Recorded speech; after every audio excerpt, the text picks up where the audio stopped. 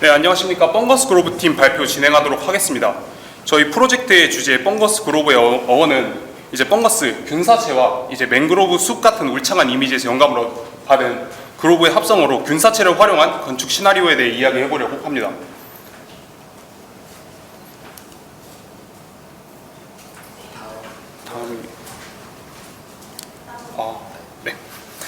네, 지금 세계는 이산화탄소 증가로 인한 기후변화, 해수면 상승과 자원 부족 등의 사회적 이슈에 대해 지속가능한 해결 방안이 요구되고 있습니다. 건축 분야에서도 이러한 압력은 피할 수 없는 주제이며 저희는 이러한 문제에 대한 건축적 해답을 화성 정착을 위한 재료로부터 아이디어를 따왔습니다. 바로 균사체, 즉 버섯입니다. 나사와 같은 국제적 기구를 포함해 우리 인류는 최근에 들어 이러한 균사체를 활용해서 우주 공간에서 사용 가능한 벽돌, 가구, 작물에 대한 연구를 진행 중에 있습니다.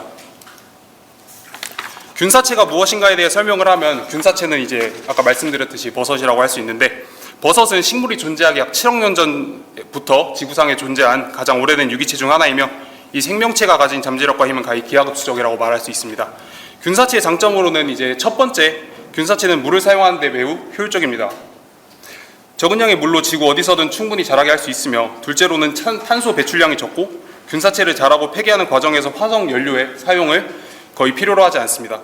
셋째로 균사체는 다양한 환경에서 재배가 가능하고 다양한 유기물질을 활용하여 자랄 수 있습니다. 또한 균사체 폐기물을 새로운 균사체의 유기물 혹은 농업 비료로 재사용이 가능하다는 장점을 또한 가지고 있습니다.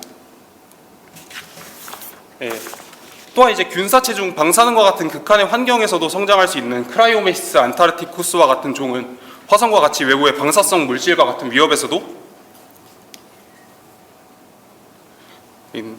위협에서도 상당히 안정적인 생존율을 보이며 미래의 균사체를 활용한 우주 공간에서의 건축적 가능성을 또 보여주고 있습니다.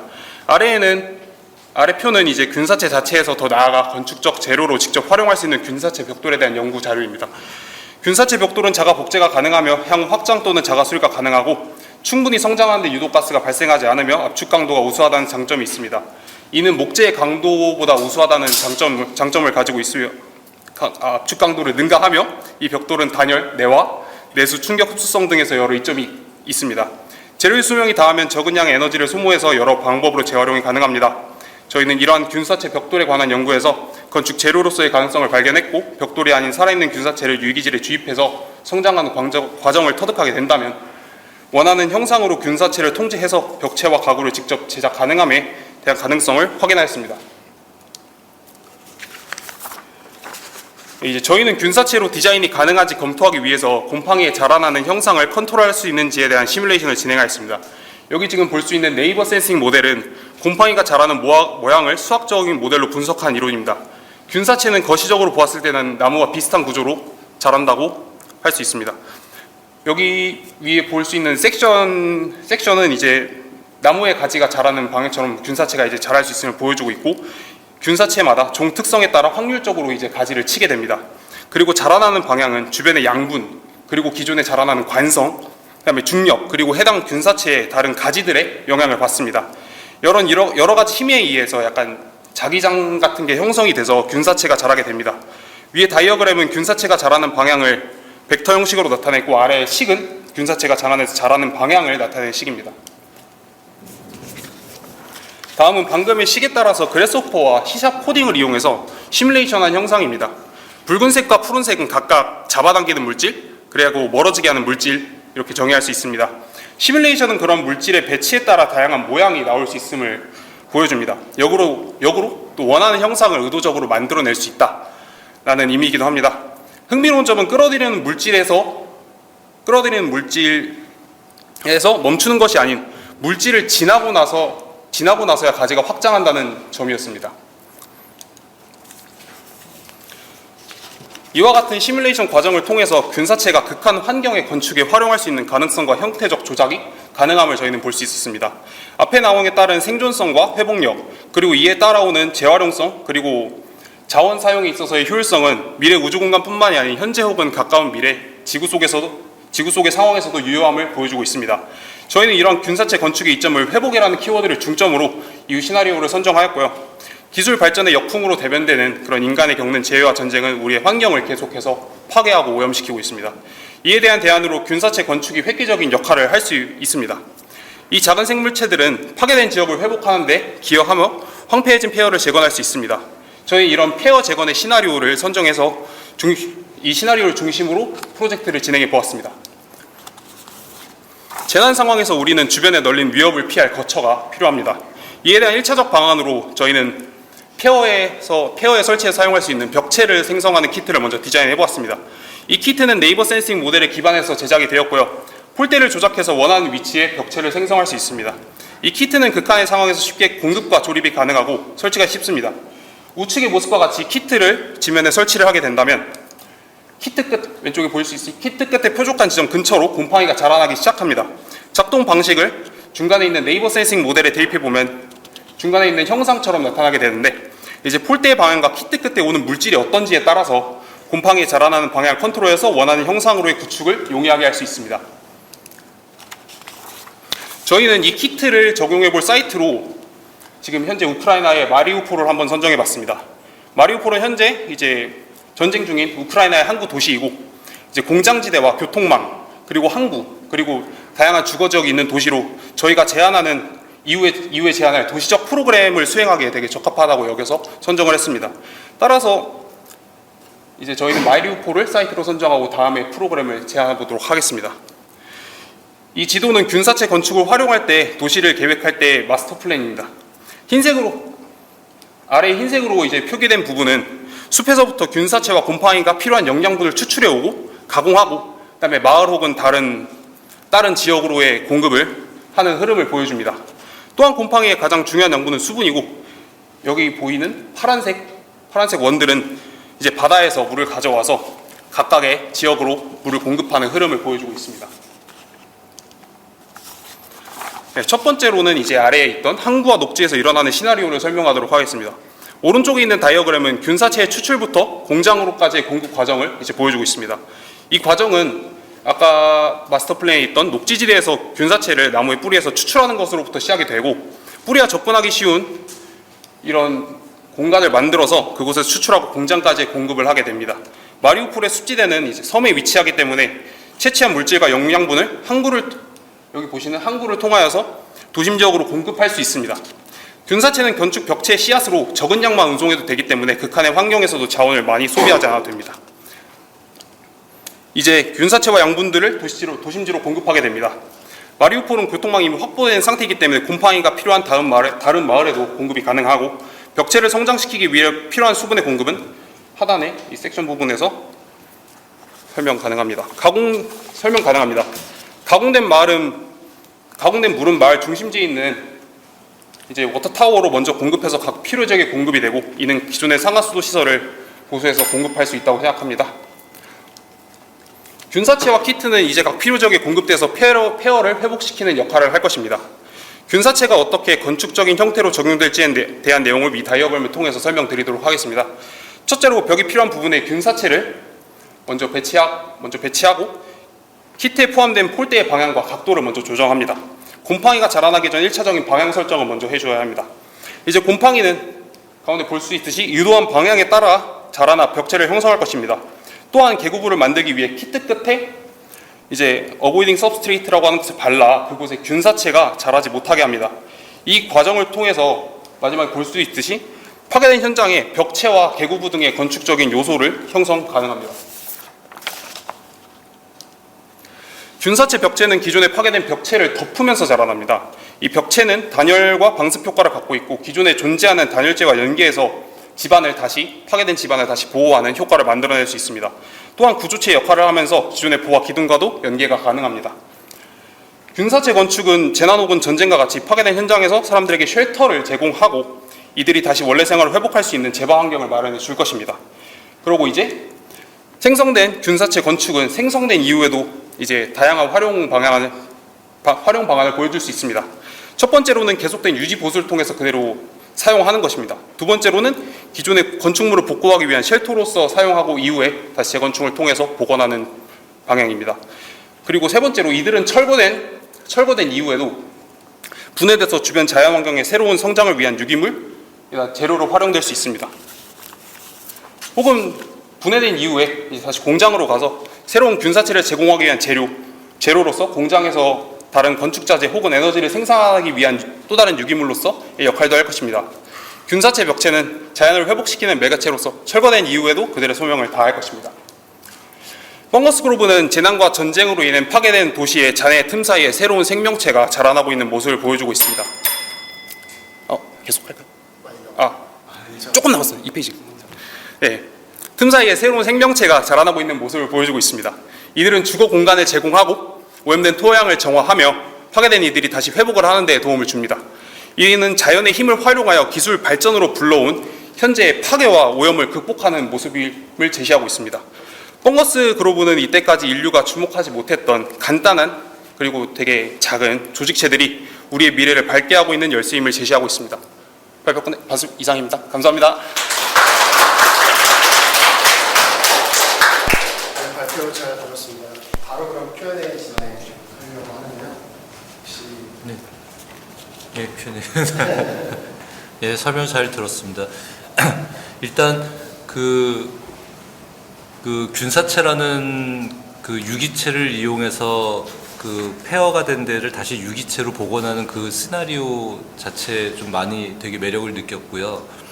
그 인위적인 것과 인위적이지 않은 것, 근데 인위적이지 않은 거라고 하지만 사실은 그것도 어느 정도의 인위성이 포함된 거긴 하지만 그런 어떤 관계성에 대한 게 기술을 얘기하자면 좀 이렇게 포에틱하게 들린 부분이 굉장히 매력적으로 좀 다가왔었던 프로젝트입니다. 그래서 저희 되게 궁금했었던 프로젝트고, 이제 질문을 먼저 하자면은 사실은 여기서 우리가 뭐 기술적인 얘기를 깊게 할 필요는 사실 없어요. 뭐 창문을 어떻게 달 거냐, 뭐 이런 건 다 필요 없는 거고, 사실 이제 전제 자체가 사실 되게 중요한 프로젝트라고 보여지고, 또 이제 그 관점에서 우리가 논의를 해야 될 거라고 보고 있습니다. 그래서 일단 결국 이제 끌어당기는 쪽과 그 물질은 크게 이제 두 가지 개념이겠네요. 이제 끌어당기는 쪽과 이제 밀어내는 쪽, 그죠?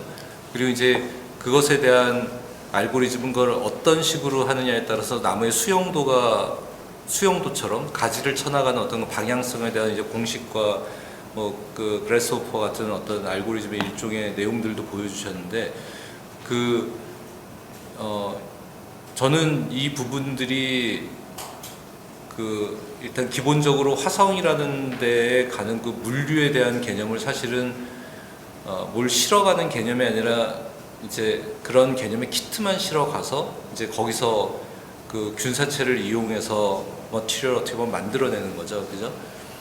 그래서 그 부분이 굉장히 흥미로운데, 여기서 이제 폐허인대를 가지고 시작을 했기 때문에 사실은 기존에 이제 있는 것과 그 다음에 새로 형성되는 유기체 간의 그 만나는 그 지점에 대한 부분이 있잖아요.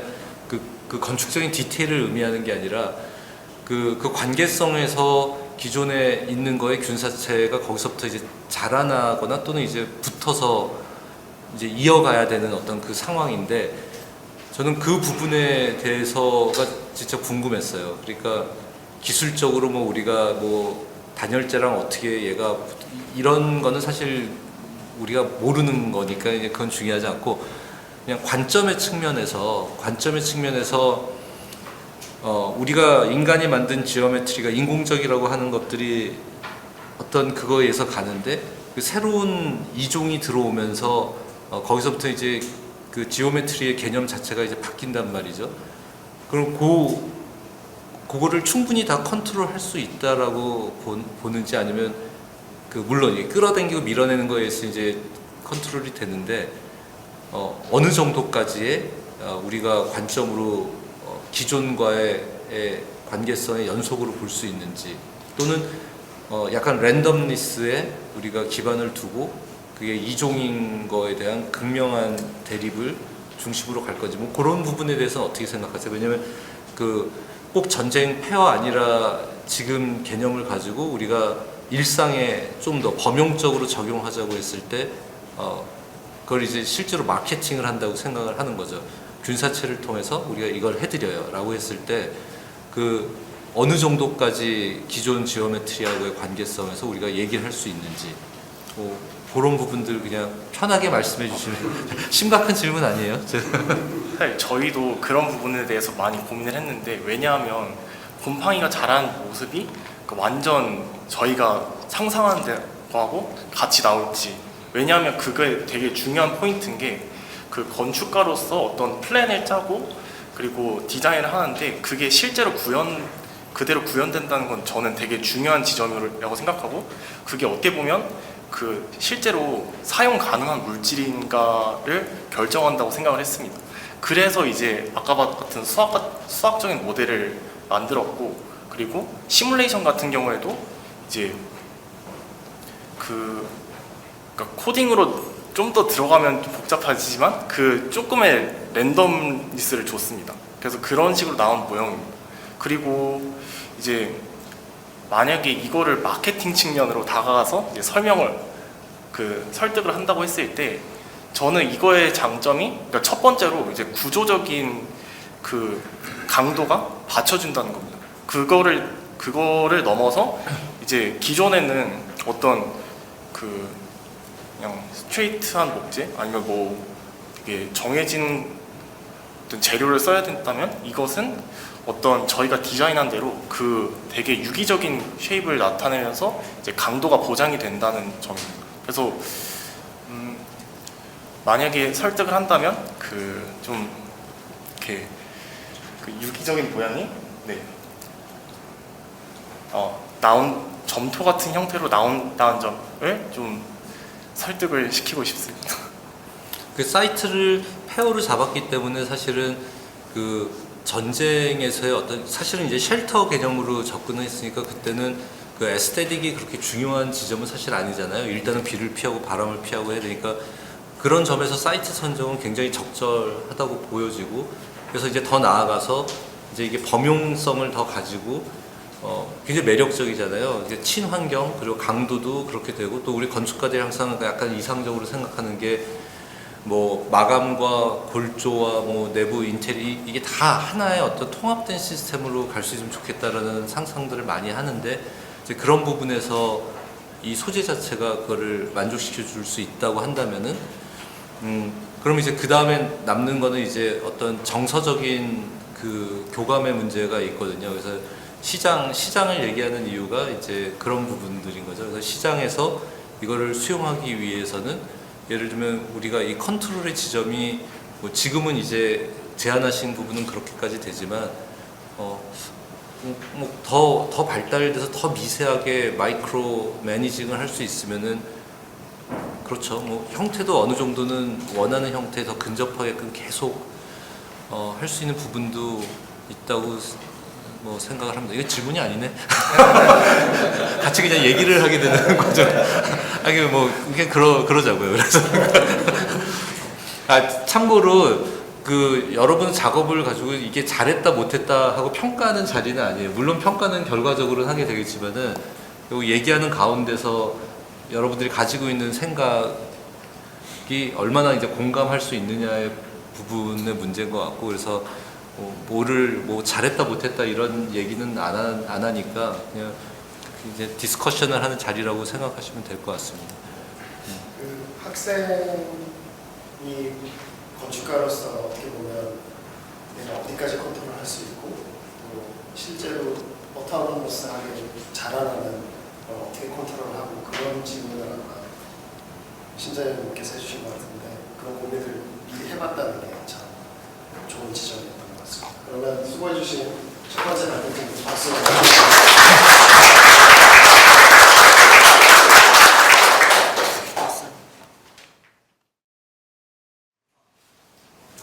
네, 발표 시작하도록 하겠습니다.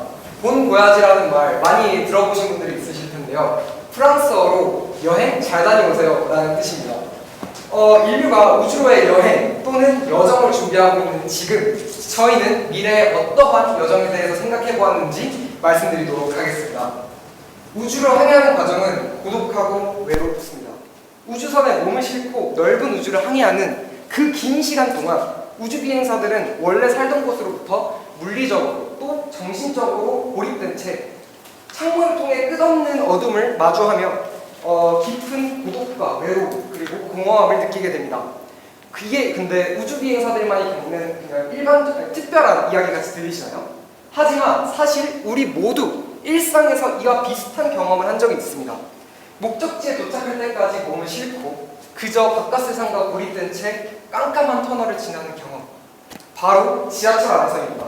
우리는 매일 지하철에 올라타 각자의 목적지에 도착할 때까지 외부와 단절된 채 어두운 터널을 지나 이동합니다. 이러한 지하철에서 우리는 시간을 때우기 위해 휴대폰을 보거나 음악을 듣거나 아니면 그것마저도 없다면 그저 지루하게 내리기만을 기다립니다. 이렇듯 정적이고 수동적인 이런 사람들의 모습이 보여 우리가 흔히 아는 단조로운 지하철 풍경을 만들어집니다. 지하철은 우리 일상에서는 불가피한 존재입니다. 하지만 우리 일상에서 이 차지하는 비중에 비해 이 지하철이라는 공간은 사실 우리의 삶을 담는 공간이라기보다는 그저 이동을 위한 이동수단으로만 여겨지고 있습니다.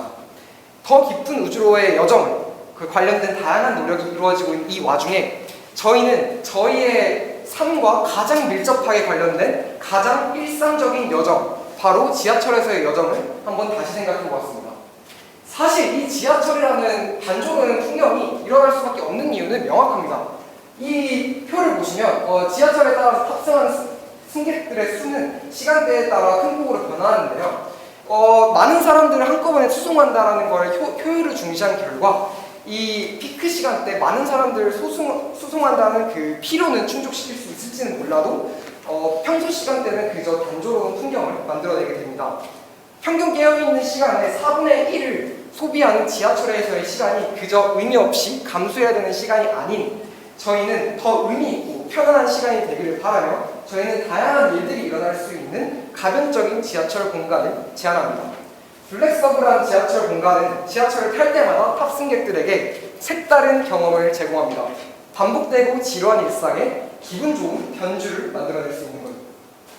우선 첫 번째로 이러한 가변적인 지하철 공간을 만들기 위해서는 우주에서 혹독한 환경에서 유연하게 움직일 수 있도록 개발 중인 소프트 로보틱스 기술이 적용됩니다.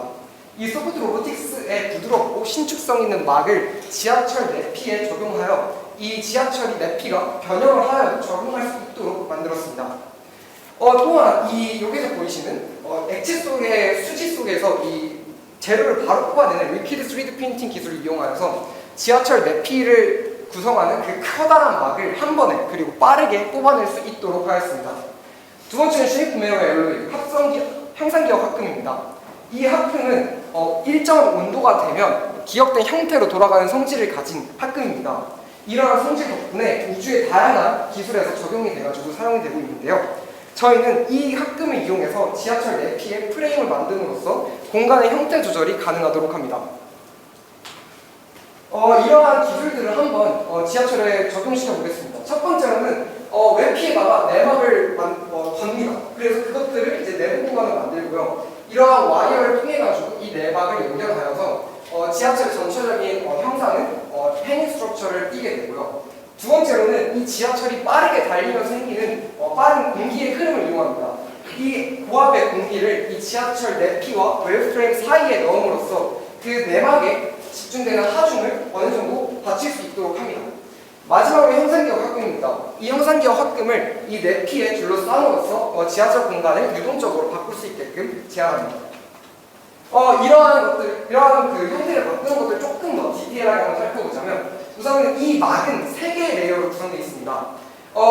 양쪽 끝 같은 경우에는 실리콘 엘라스토 소재라는 그 소프트 로보틱스에 사용되는 소재를 이용하여 만들었고요. 그리고 그 사이에 있는 형상기억 합금 같은 경우에는 형상기억 합금 프레임과 그것들을 연결한 전선부로 구성됩니다.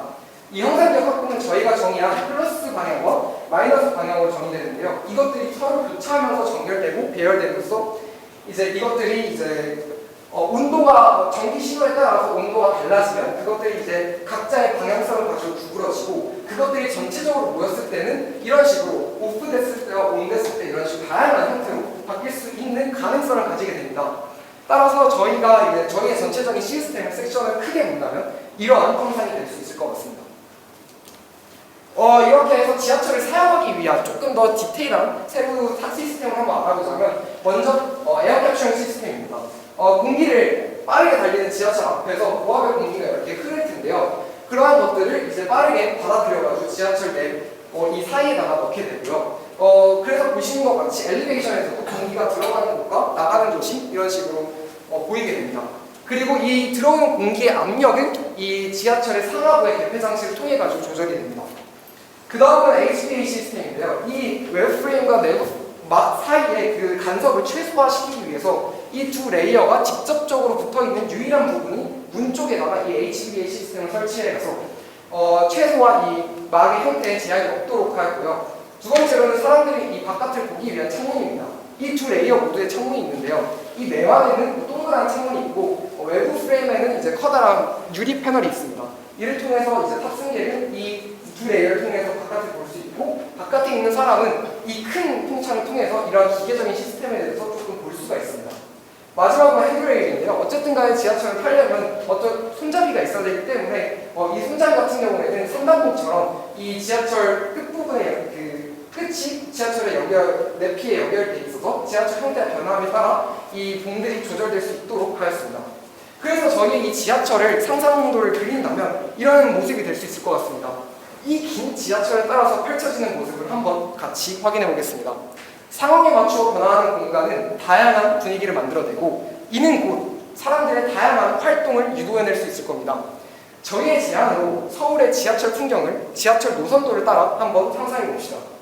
아늑한 공간에 앉아 하루를 정리할 수 있고 굴곡진 벽에 대고 스트레칭을 하거나 사람들과 마주보지 않고 쉬어도 좋습니다.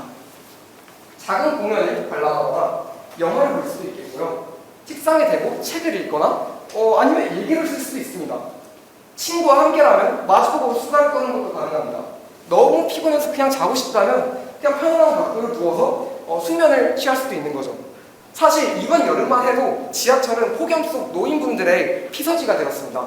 사람 많고 답답한 경로당보다 공짜로 시원한 곳에 앉아서 바깥 구경을 할 수 있는 지하철은 노인분들의 단골 쉼터가 되었던 것이죠. 이렇듯 지하철이 하나의 공공이동수단으로만 역할을 하는 것이 아닌 온갖 재미나 액티비티들이 일어날 수 있는 움직이는 공공문화공간으로서 자리 잡을 수 있기를 바랍니다. 더 나아가 지하철을 타기 위해서 기다리는 역사도 그저 지하철을 타러 가는 그 통로가 아니라 도구들을 위한 도심 속 쉼터가 될 수도 있지 않을까요? 우주를 향한 신항해 뉴 보야지의 시대가 다가오고 있는 지금 저희의 제안으로 조금 더 많은 사람들이 일상 속 그들만의 작은 여정 스몰 보야지를 즐길 수 있기를 바랍니다. 오늘도 삶의 여정을 하고 계신 모든 승객 여러분 본 보야지 좋은 여행 되시길 바랍니다. 마지막으로 저희가 준비한 영상 보면서 발표 마치도록 하겠습니다. 감사합니다. Space Voyage is a boring, lonely game. Severe loneliness is never starting place. But this is an everyday phenomenon. Some feel right or similar to space traveling, boring and lonely. We want to change this space using soft robotics and shaping marine quality. But also way space offers new experiences every time. Like this. Or this. Or this. In the midst of the age of a new voyage, we hope people can enjoy their small voyage in everyday life. Dear every passenger on board, bon voyage.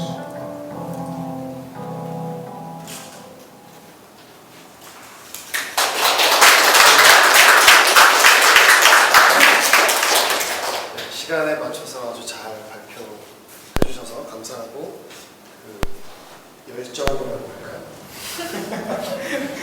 재밌게 본인도 즐기면서 발표를 하신 것 같아서 굉장히 보기 좋았습니다. 그럼 질문 Q&A 하겠습니다. 예, 재밌게 잘 봤습니다. 테드 강연 온 것 같았네.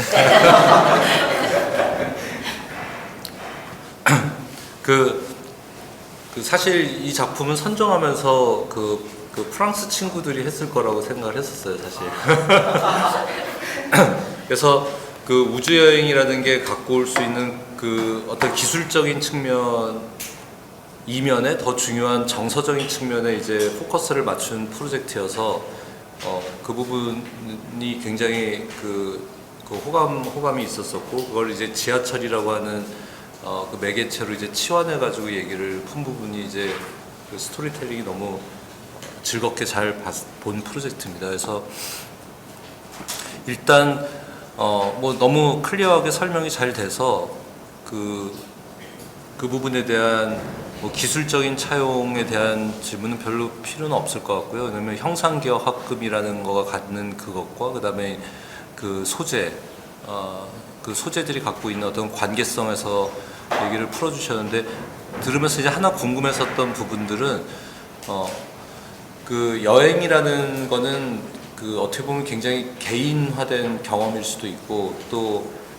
그 상황, 같이 그 여행을 하는 사람들과의 상황에서의 어떤 기억이 될 수도 있고 하는 그런 부분들이 있잖아요. 그래서 이 공간 자체가 굉장히 커스터마이징이 되는 어떤 상황들인데, 그게 이제 그 사람이 많이 몰리는 시간대는 가장 그 효과적인 어떤 상황으로 세팅이 되다가, 이제 사람이 없을 때 이제 그 부분을 탈 때마다 다른 경험을 할 수 있는 그 부분으로 간다는 얘기고, 거기서 그 세팅이라고 해야 되나요? 그 환경, 그 여행의 경험을 바꿔주기 위한 세팅은 어느 정도는 거기 이제 한 4명이 탔다고 그러면은 그 개인화된 경험으로 가게 되는 건가, 아니면은 일종의 통계적인 경험, 그래서 그 통계적인 경험으로 이 시간대 이런 종류의 사람들이, 뭐 연세가 많이 드신 분들이 이동하는 시간대가 있을 수 있고, 또는 또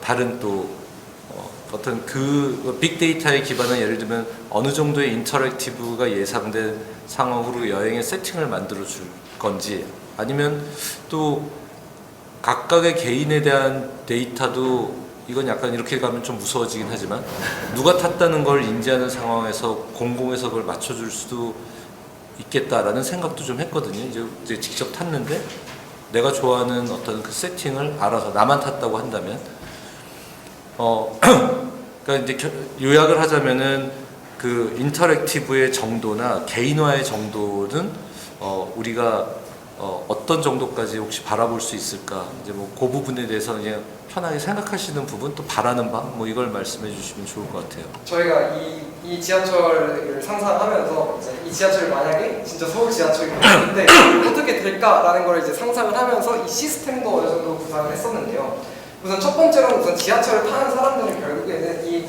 카드를 찍기 때문에 이 통계적으로 다 기록이 됩니다.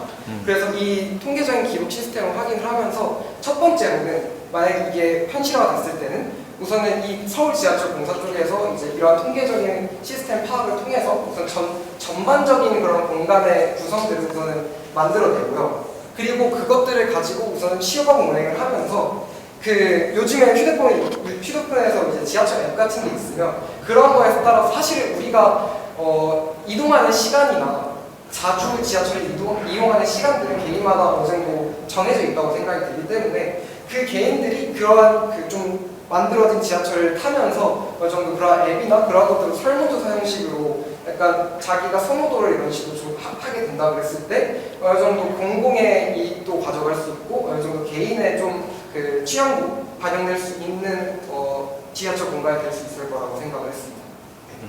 네.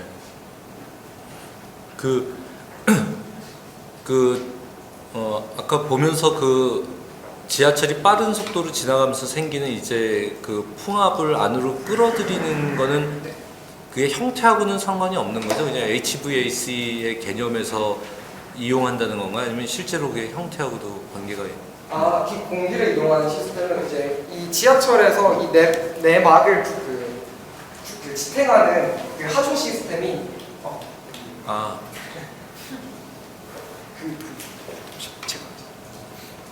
그럼 될 것 같은데. 네, 여기에서 지하철을 이제 지탱하는 하중 시스템은 와이어로 우선은 행잉으로 열긴 하지만, 이 막 자체가 이제 소프트 로보틱스를 보시면 이런 식으로 중간중간에 볼록볼록 튀어나오게 됩니다.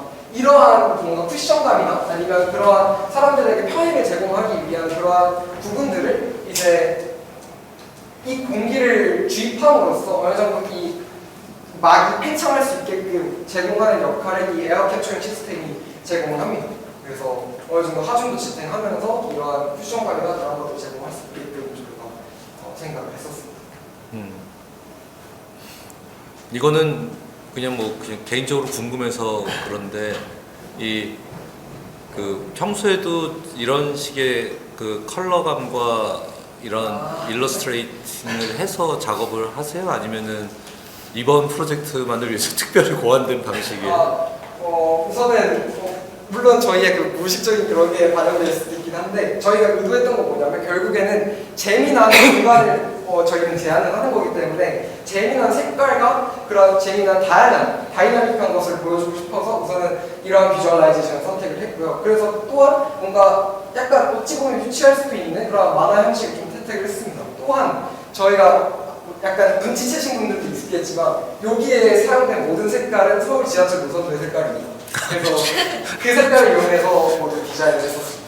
굳이 뭐 그거 그래서 이런 식으로 구성을 팀 구성이나 아니면은 여기까지 오기까지의 과정에서의 그 어떤 디스커션의 레벨이나 이런 것도 좀 궁금해요.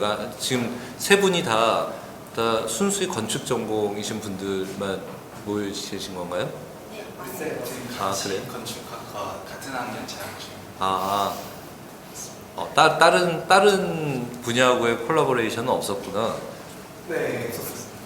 세션에 싸우진 않았어요? 뭐 즐거운 거 하면서 뭐 싸울 일이 있나? 되게 말을 많이 했던 것 같습니다. 되게 했던 것 같습니다.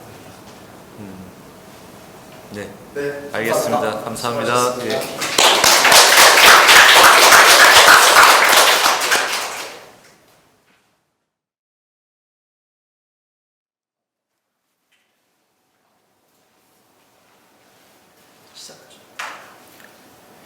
인국광후 기술의 연장선에서 진행되는 구름의 정령 네펠레 프로젝트를 진행한 김지훈, 발표를 맡게 된 조성민입니다. 발표 시작하겠습니다. 저희의 이야기는 40억 년 전으로 돌아갑니다. 지리학적 증거에 의하면 화성 전체 면적을 100m에서 1500m까지의 깊이로 덮을 만큼의 물이 있었다고 유추할 수 있습니다. 하지만 현재 화성의 표면에서는 액체 상태의 물을 확인할 수 없습니다. 그만큼 화성의 물은 어디로 간 것일까요? 가장 유력한 가설로는 물이 우주로 날아가 버렸다는 대기 탈출 이론이 있습니다. 강력한 먼지 폭풍과 여름의 높은 기온에 의해 물 분자는 대기 높은 곳으로 올려보내집니다. 올라간 물 분자는 산소와 수소 분자로 쪼개져 우주로 탈출했다는 내용입니다. 하지만 최근 나사에 의하면 대기 탈출 이론만으로는 지금의 화성 물의 양이 설명되지 않는다고 반박하였고, 광물 속의 표면물 30에서 99%로 추정되는 양이 숨겨져 있을 가능성을 제기하였습니다. 현재 진행되고 있는 우주 기지 프로젝트들을 미루어 보았을 때 초기 화성인들은 얇은 대기로부터 들어오는 방사선 때문에 외부 공간은커녕 기지 내부에서조차도 별도 장치 없이 자유로운 활동이 어렵다는 것을 알 수 있었습니다. 화성에서 물의 순환을 되돌리는 것은 장기적인 정착지로서의 관점에서 봤을 때 화성인들에게 이로울 것임은 틀림없습니다.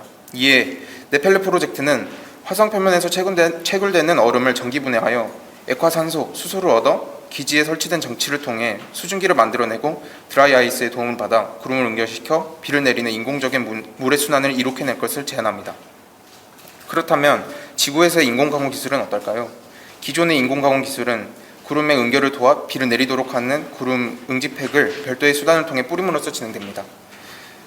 아이오디나 은, 드라이 아이스와 같은 구름 응집팩과 함께라면 상대적으로 낮은 속도에서도 비가 내릴 수 있는 환경이 조성될 수 있습니다. 이러한 배경에서 지구인들은 인공강우 기술을 사용함으로써 기후위기에 탄력적으로 대응할 수 있으며 특히 섬나라에서는 홍수를 완화할 수 있습니다. 도시의 발달은 도시민들로 하여금 자연으로부터 분리시켰습니다. 급격하게 바뀐 환경은 그들에게 극심한 피로감을 안겨주었으며 이에 문제점을 인식한 건축가들은 그들을 위해 끊임없이 해결책을 제시해오고 있습니다. 근대 건축의 선구자인 르꼬르비제 또한 라덴시티 그리고 유닌테 다비타 시용을 통해 도시 환경과 자연 환경의 혼합을 실현시키고자 했습니다. 도시에 산재된 다양한 시설들을 집적시킴으로써 기존의 대지의 녹지를 계획할 수 있었습니다. 후대 건축가들 역시 끊임없이 도시공원에 대한 논의가 한창 진행 중입니다. 여전히 건조 환경과 자연 환경의 관계는 건축가가 고민하지 않을 수 없는 영역입니다. 초창기의 도시공원은 단순히 도시 내에 자연 환경을 보존하고자 하는 방향이었습니다. 대도시에서 공원의 접근성은 부동산을 책정하는 데 주요 요소 중 하나입니다.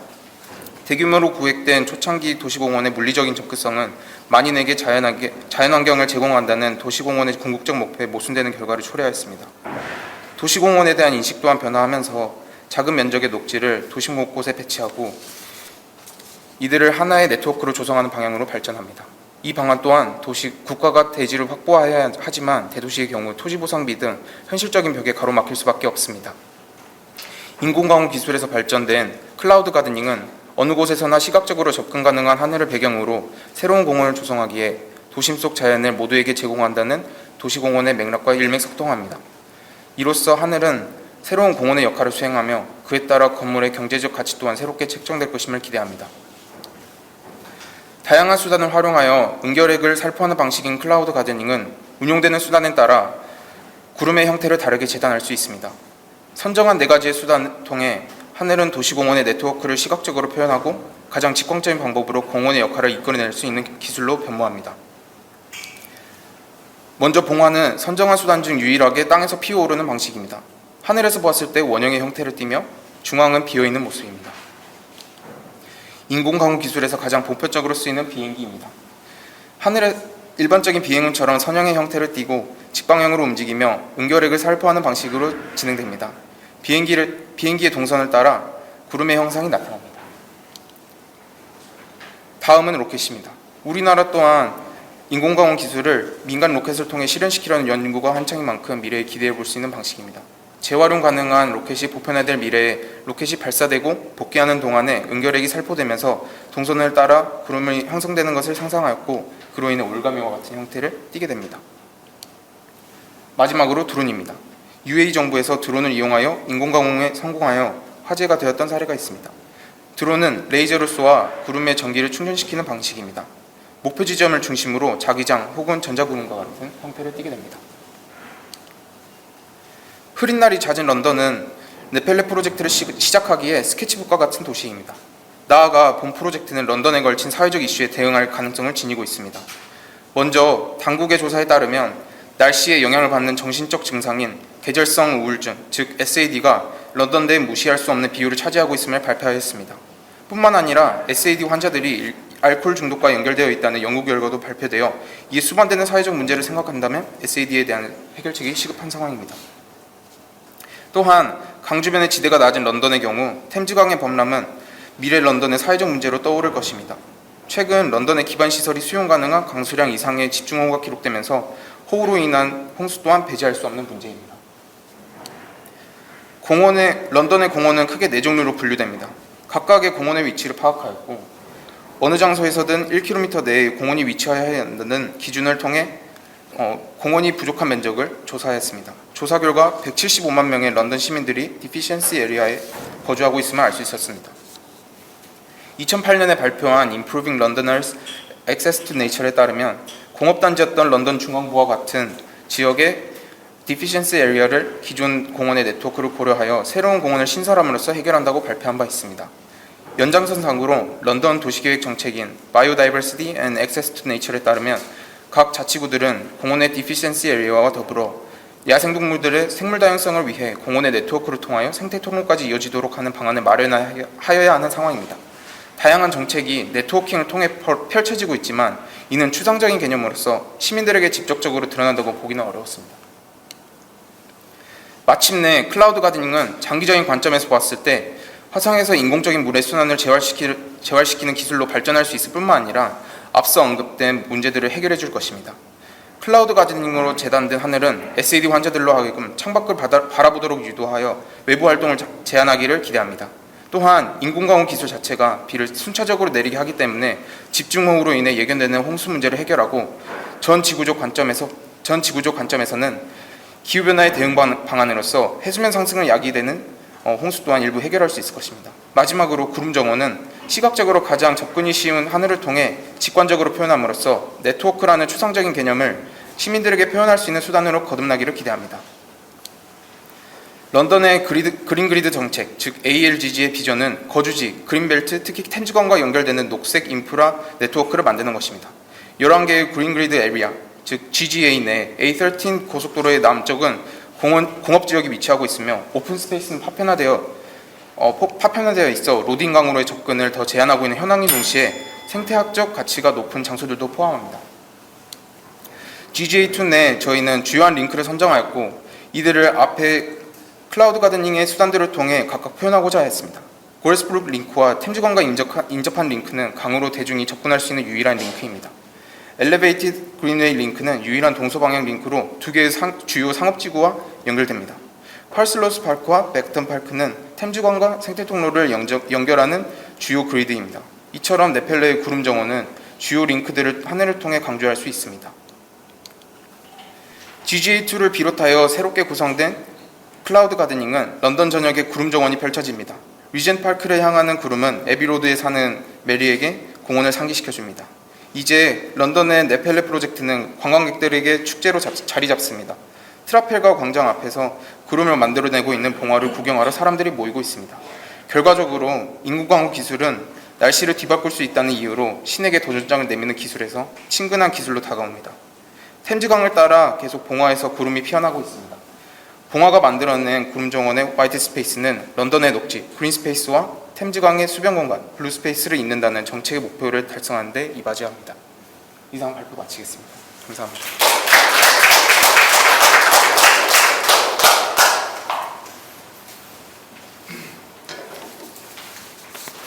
어차피 상반된 발표 스타일이 바로 다음 순서로 발표네요.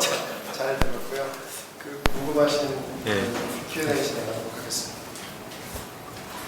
엄청 지적인 프레젠테이션과 축제 분위기라고 해서 좋네요. 막 다 아주 다양성이 있어서 좋고요.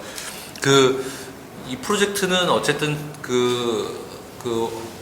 화성에서의 어떤 물이나 기화라는 어떤 그런 개념들의 현상을 가지고 지금 사실 SAD라고 하는 런던, 일단 데이터의 대부분이 이제 런던을 중심으로 얘기를 하고 있으니까 이제 그런 어떤 개념들과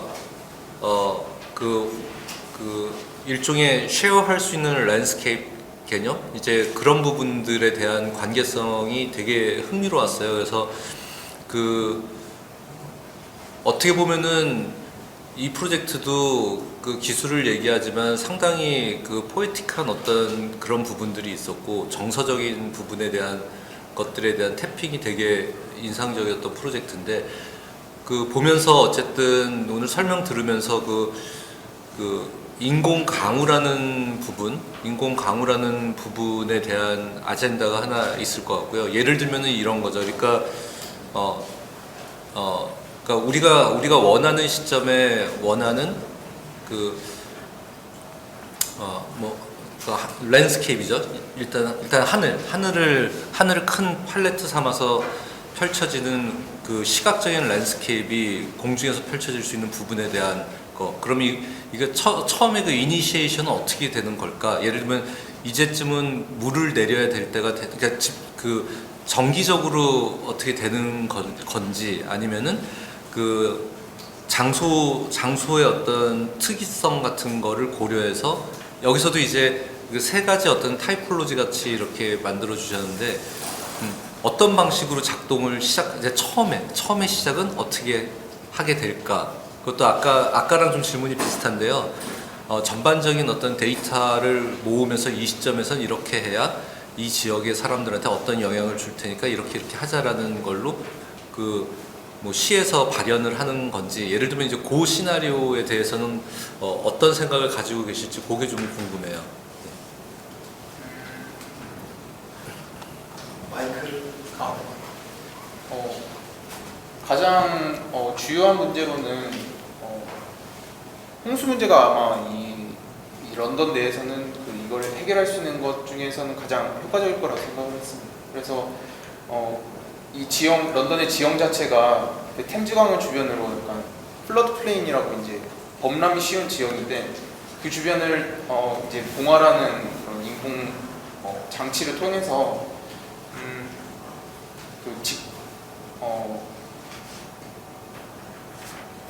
구름을 일단 연결시킴으로써 오히려 비를 순차적으로 내리게 할 수 있는 효과가 이제 가장 주요한 것 같습니다. 그러니까 한 번에 집중해서 내리는 거에 대한 리스크를 레귤러하게 컨트롤해서 엠빵 좀 그런 표현으로는 엠빵을 해서 좀 해서 내리게 하게끔 하는 게 일단은 제일 중요하다는 거니까, 그 개념에서는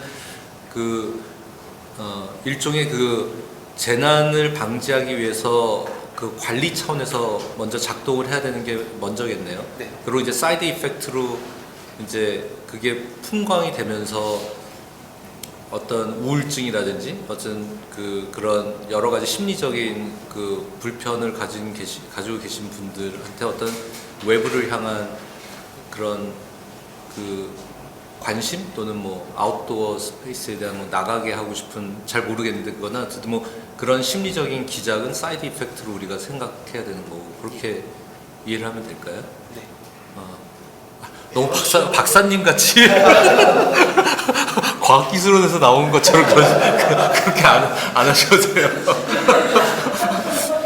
차림새도 약간 예? 차림새도 약간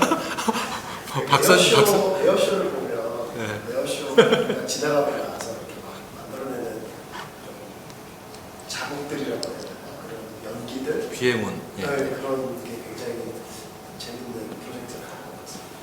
흥미롭게 잘 봤고요. 수고 많으셨습니다. 네, 감사합니다.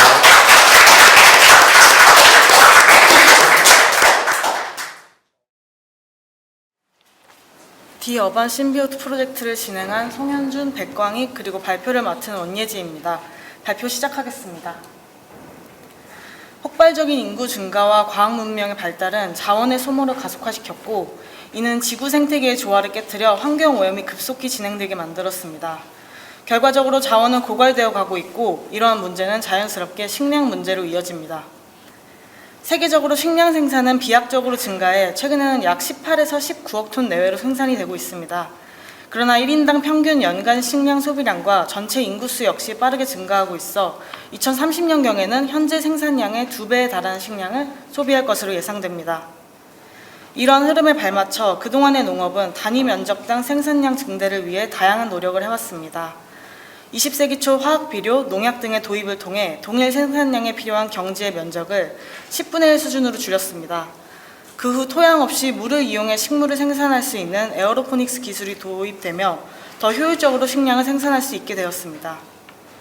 그러나 현재 곡물 재고량은 UN 식량 농업기구 FAO가 권장하는 18%에 미치지 못하는 15%로 앞으로도 계속해서 감소할 추세를 보이고 있습니다. 저희는 이와 같은 미래의 식량 위기를 해결할 수 있는 방식으로 우주기술인 아세테이트 광합성 기술을 이용하고자 합니다. 아세테이트 광합성이란 대기 중의 이산화탄소에서 산소 원자를 제거해 일산화탄소를 추출하고 전기 에너지를 통해 아세테이트로 변환해 빛이 없는 어두운 환경에서도 식량을 생산할 수 있는 기술을 말합니다.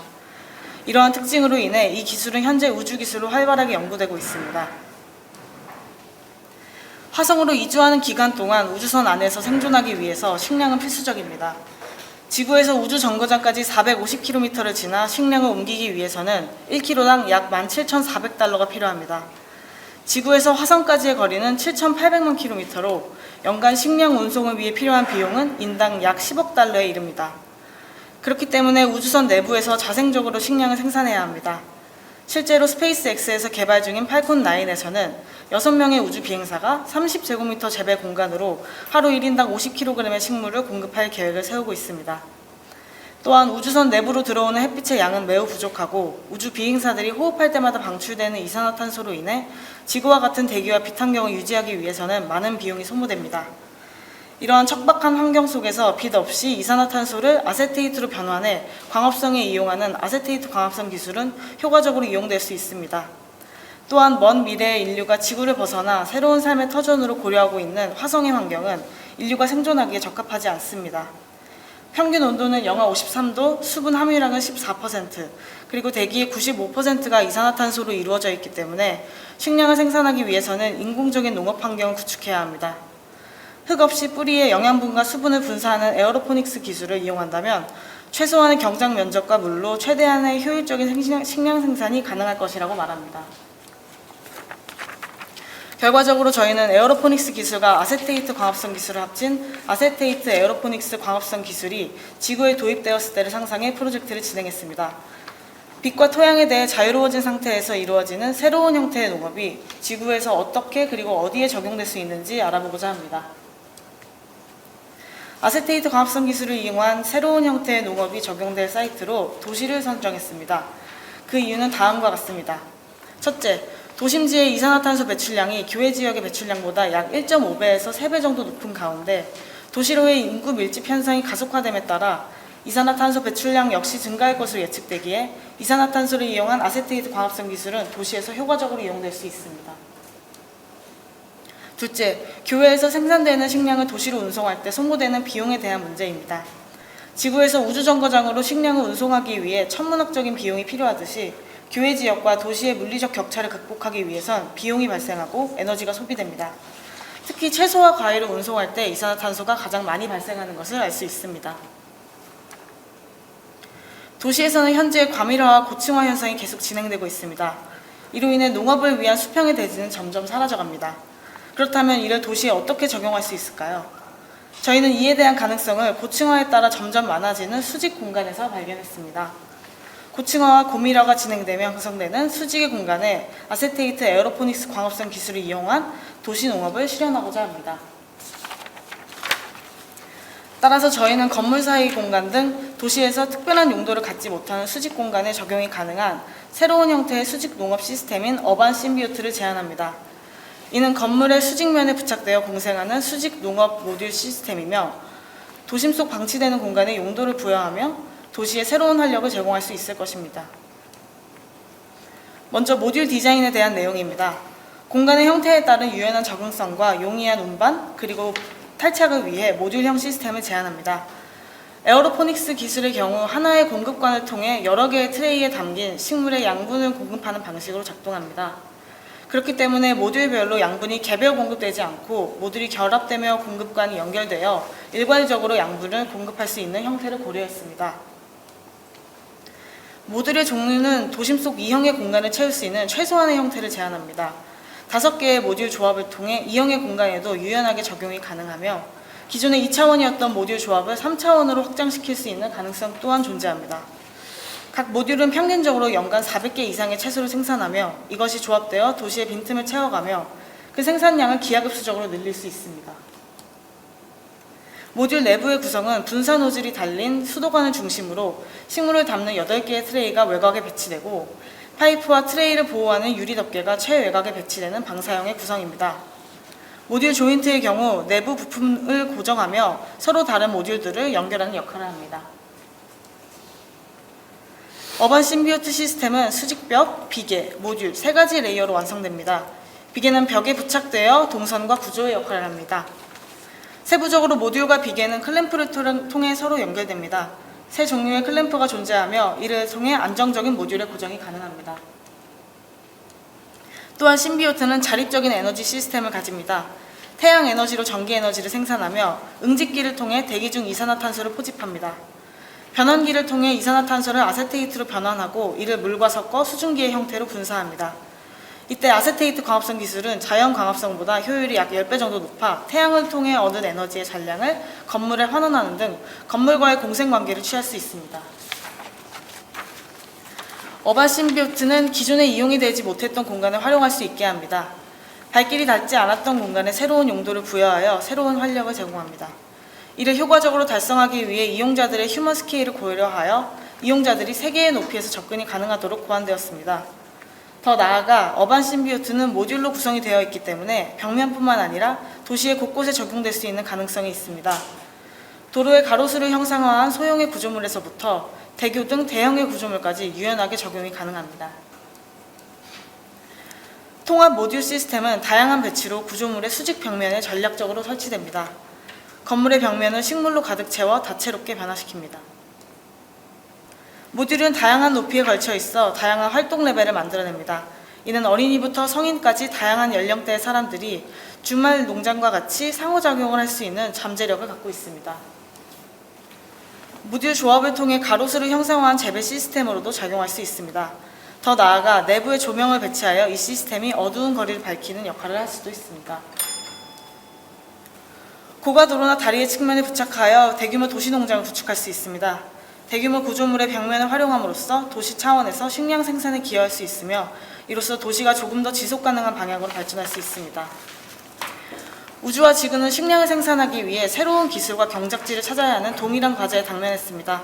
빛이 없는 환경에서도 이산화탄소를 이용해 광합성을 가능하게 하는 아세테이트 광합성 기술과 토양이 없이 매우 적은 물로 식물이 성장할 수 있게 하는 에어로포닉스 기술이 합쳐진다면 도시의 버려진 공간은 식량 생산이 가능한 공간으로 변화될 수 있을 것입니다.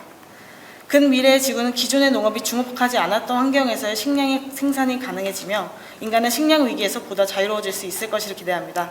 이상으로 발표 마치겠습니다. 감사합니다.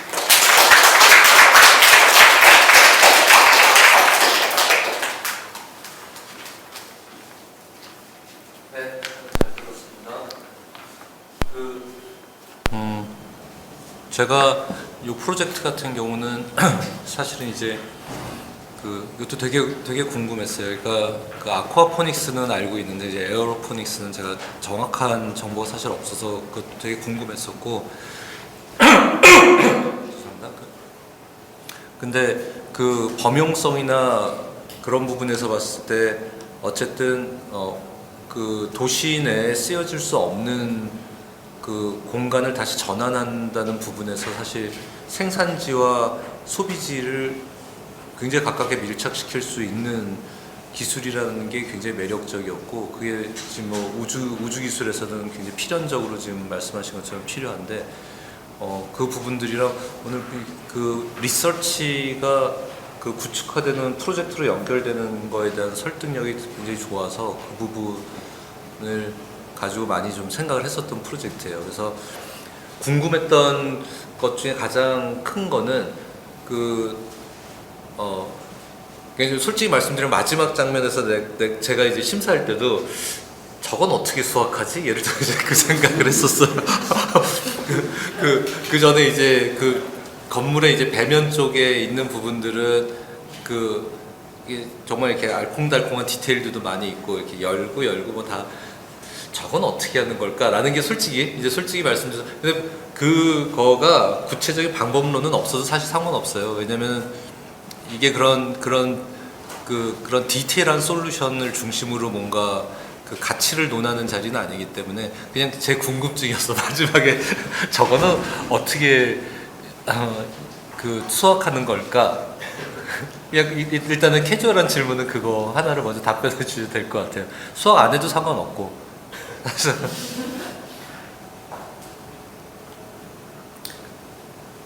우선 저희는 그 어떤 대형 구조물에 설치될 수 있는 가능성에 대해서 또 이제 어떤 도시적 차원에서 어떤 식량 생산을 할 수 있다, 이게 새로운 도시의 생산 산업이 될 수 있다라는 가능성을 말씀드리고 싶었고요.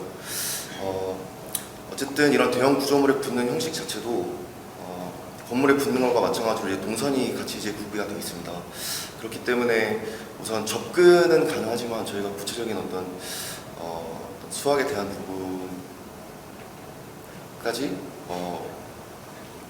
생각하지 않았습니다.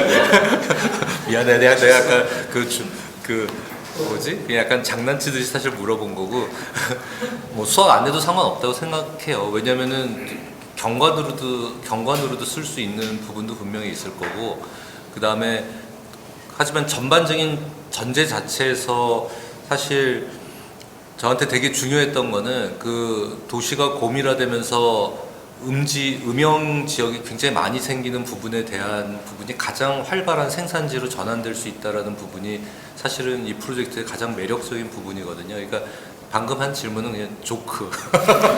그거 너무 진지하게 답변하면 더 이상하니까 그냥 그거고, 저는 그런 부분에서 전반적으로 다 되게 동의가 됐었던 부분이고요.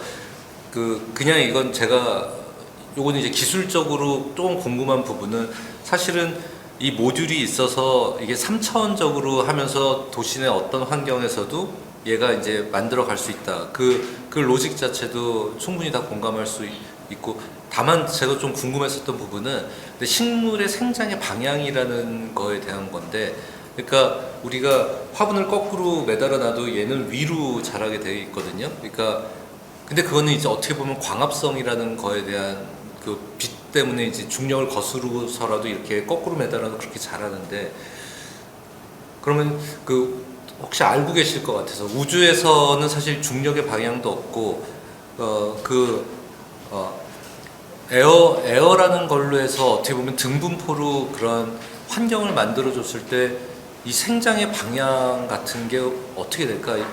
요건 과학적으로 제가 좀 궁금한 부분인데 혹시 인포메이션이 있으면 그걸 좀 말씀해 주셔도 되고 그건 잘 정보가 없으면 그건 모르신다고 하셔도 상관없어요. 근데 제가 보면서 되게 궁금해지더라고요. 식물의 생육의 방향.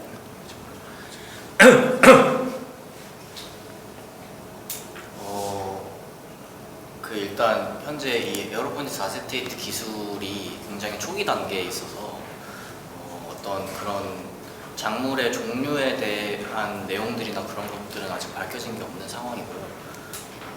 그리고 저희가 생각했던 작물의 종류로는 뭐 상추나 방울토마토 같이 어떤 크게는 중력의 영향을 크게 안 받는 적당한 크기의 작물을 생각을 하면서 진행을 했었고요. 이제 그러다 보니까 어떤 대형 작물이 들어갔을 때 중력에 의해서 방향이 바뀐다든지 이런 부분들에 대해서는 고려가 되진 않았습니다. 예. 말씀하신 것처럼 이게 나무를 키우는 게 아니고 사실은 이렇게 뭉탱이가 됐던 뭐 그런 개념으로 생각해도 될 것 같고 사실은 이건 그냥 제 개인적인 호기심 때문에 질문한 거고 아까 말씀드렸다시피 그거는 이제 뭐 나중에 기술이 발달되거나 뭐 그러면서 더 막 돼야 되는 부분이고 가장 중요한 거는 어쨌든 광합성에 더 이상 의존하지 않아도 되는 그리고 수분에 더 이상 의존하지 않아도 되는 어떤 그 방식에 대한 거가 도시하고 어떻게 만나서 생산지의 변화를 어떻게 할 수 있느냐라는 건 그 부분이 사실 제일 중요한 거예요. 그건 굉장히 그 좋은 리서치를 제공을 해서 그 부분은 충분히 설득력이 있었다고 생각이 되네요. 예. 네, 알겠습니다. 네. 발표하시는 수고 많으셨습니다. 네, 수고하셨습니다.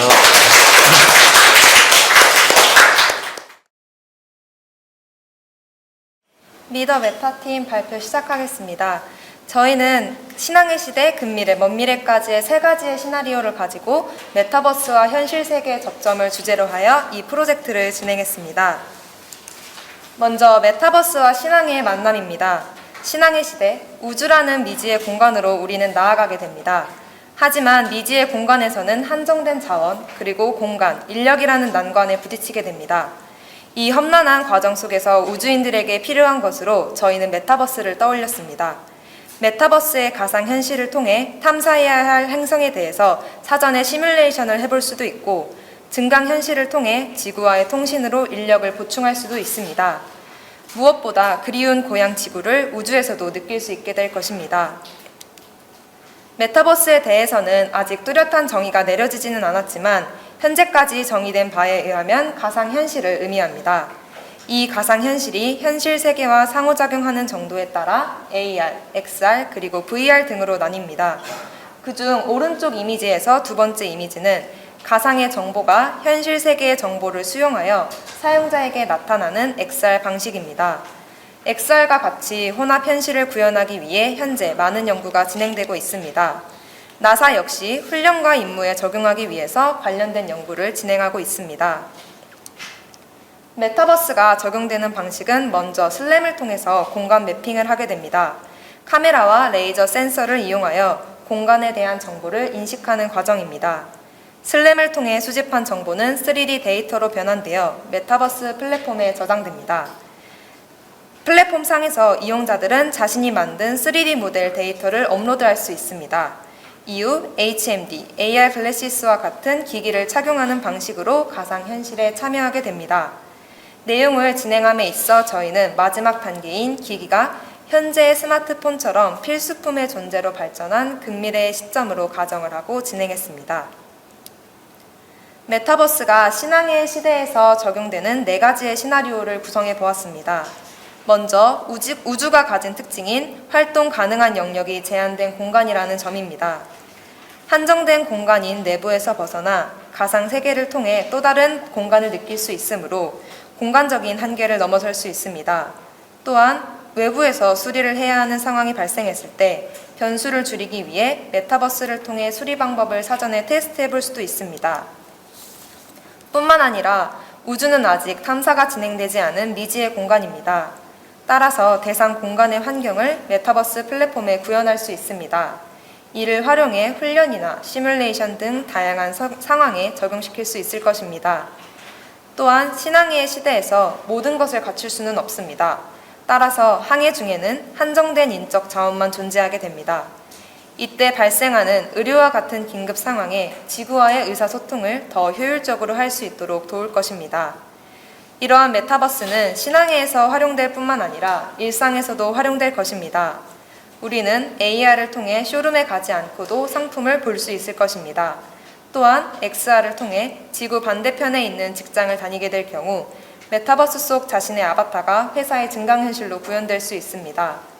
이는 현실 세계에 출근한 직원들과도 교류할 수 있도록 도울 것입니다. 이외에도 VR을 통해 여행과 게임을 집에서도 더욱 실감나게 즐길 수 있습니다.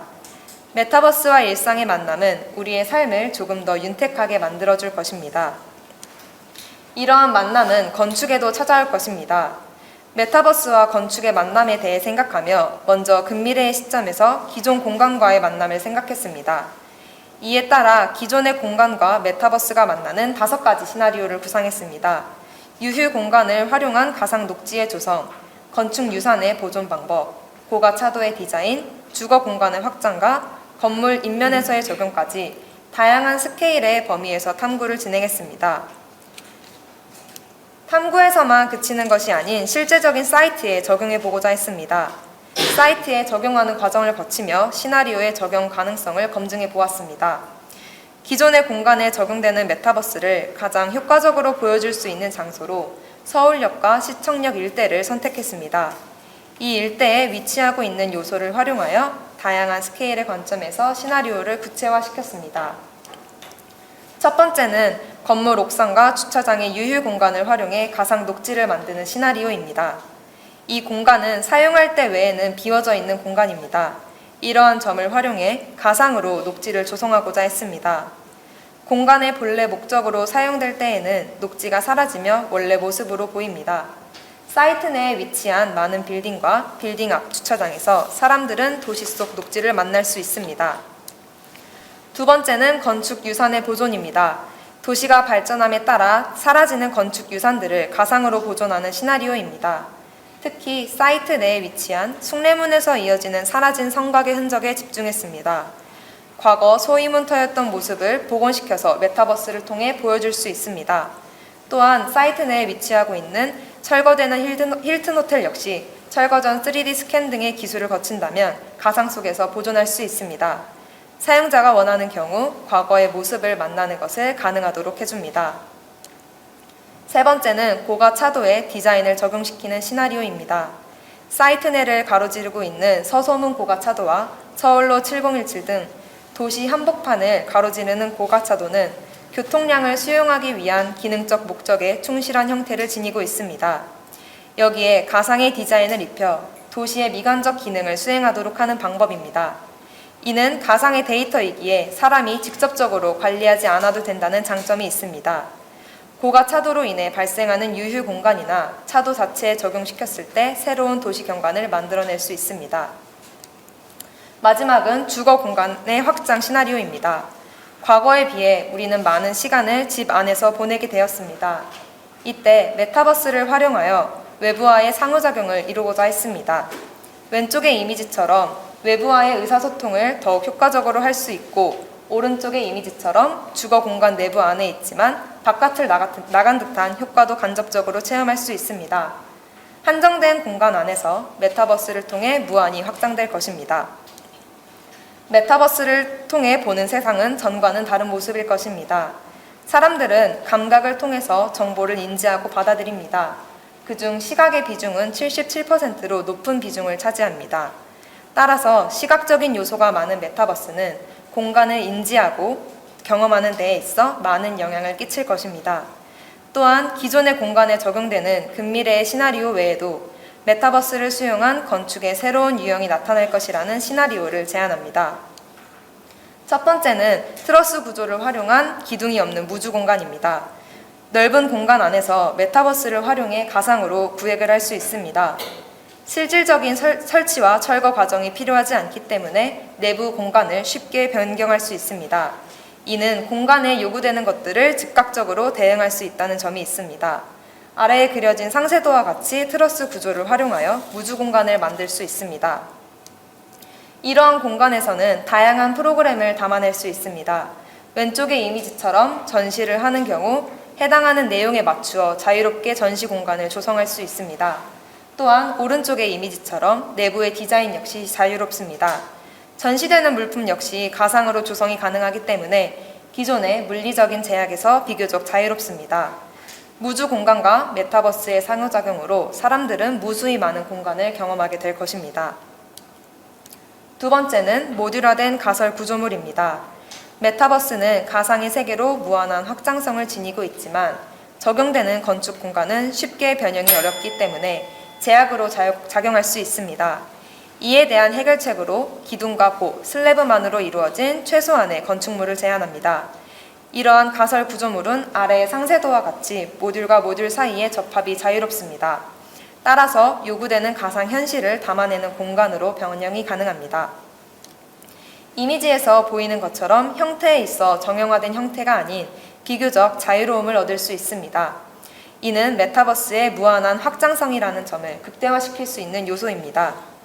이 안에서 사람들은 메타버스에 대응하며 변형되는 공간을 경험할 수 있습니다.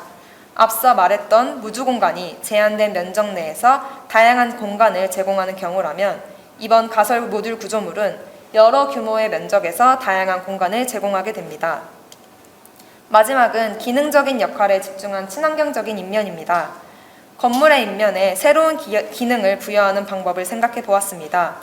BIPV와 같이 인면에 태양광 패널을 부착하여 에너지를 생산할 수도 있습니다. 이러한 패널 위에 메타버스를 활용해 인면 디자인을 부여하면서 새롭게 만들어낼 수도 있습니다. 아래 상세도와 같이 적용될 수 있으며 패널을 잘 활용하기 위해서 인면의 크기가 모듈화 될 수도 있습니다. 이미지에서 보이는 것처럼 부착된 패널 위로 다양한 디자인을 부여할 수 있습니다. 기업의 경우 자신의 아이덴티티를 담아 인면을 디자인할 수도 있고 수직 녹지를 형성할 수도 있습니다. 또한 올림픽과 같이 국제적인 행사 시에도 도시적인 스케일에서 디자인이 가능합니다. 이런 친환경적인 시도들은 우리 미래 사회를 위한 건축의 변화가 될 것으로 예상합니다. 이것으로 발표 마치겠습니다. 감사합니다.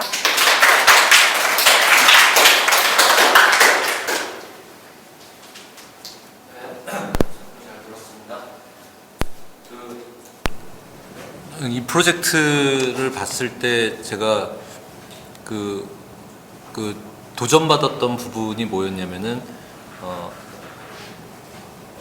처음에 아마 처음 부분에 나왔던 어떤 이야기들인데요. 그러니까 결국 이제 우주 여행에 관련된 부분들, 그다음에 어떤 시뮬레이터, 그러니까 이 메타버스를 이용해서 실제로 달 표면 뭐 탐사라든지 뭐 그런 부분에 대한 거를 딱 처음에 이제 그걸 봤을 때 일단 가장 중요한 이슈는 그거였죠. 우리가 이제 우주여행 얘기를 했는데 굳이 안 가도 되겠다?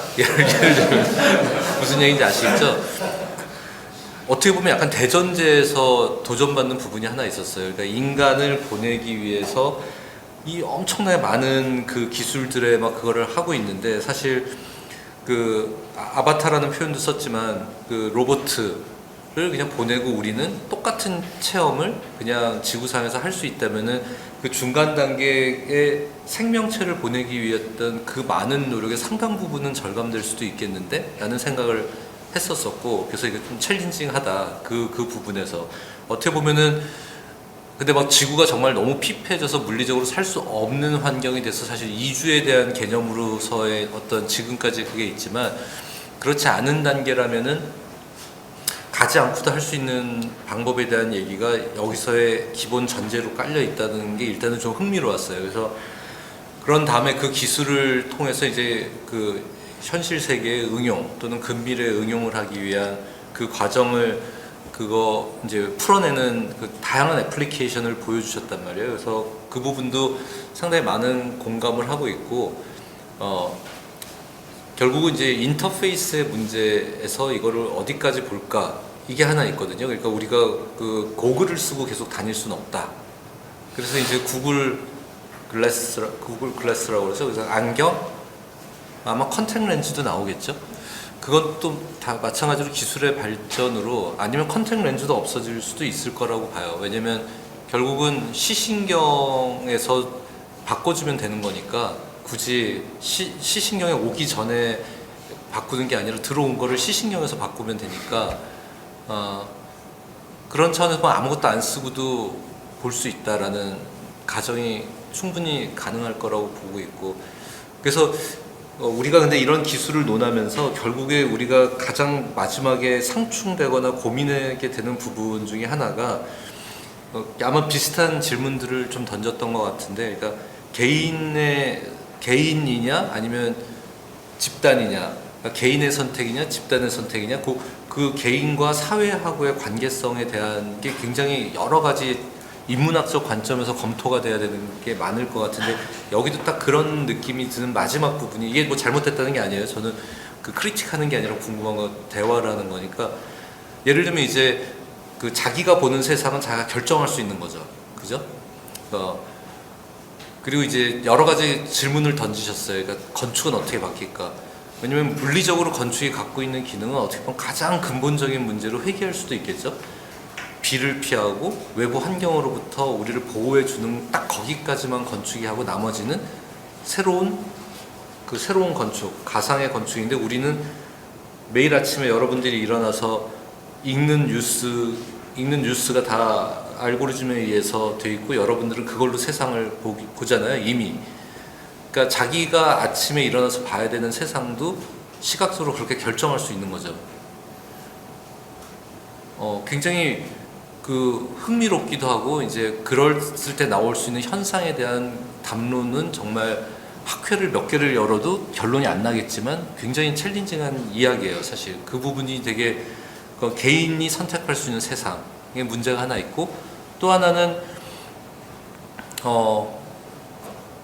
건축은 어떻게 보면 굉장히 뉴트럴하게 갈 거다, 중성적으로. 그거에 대한 담론도 굉장히 흥미롭고, 그 다음에 이제 건물 자체가 다시 자기 모습을 바꾸는 거에 대한 이야기도 마지막에 이제 나오는 거죠. 그건 이제 건물의 파사드 같은 게 이제 BIPV 같은 시스템처럼 자기를 또 가상으로 계속 바꿀 수 있는.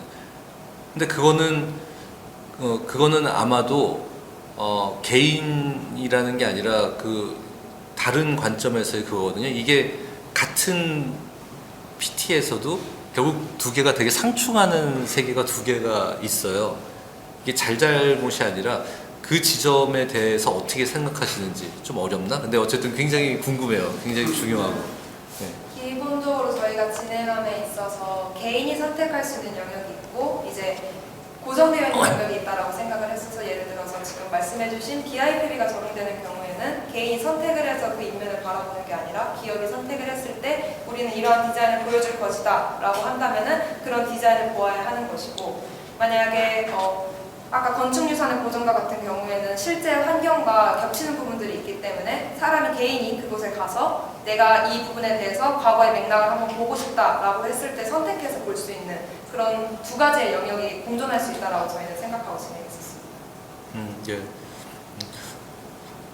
어쨌든 이건 되게 그래서 사실은 메타버스라는 거가 어느 순간부터 되게 진부한 단어가 돼가지고 우리 자체가 이미 그거를 굉장히 빠르게 흡수한 거죠. 사실 그걸 실생활에 많이 적용은 안 하지만은 이미 굉장히 진부한 용어처럼 받아들여지는 어떤 그게 있는데, 그거의 그 애플리케이션들을 보면서는 훨씬 더 흥미로운 지점들에 대한 확장적인 담론이 되게 가능할 것 같다라는 생각을 많이 했어요. 그러니까 솔직하게 처음에 메타? 또 메타야? 예를 들면 근데 내용을 들여다보니까 그 애플리케이션에서 개인이 바라보는 세상에 대한 문제는 상당히 담론의 세계가 생각보다 엄청 크겠다.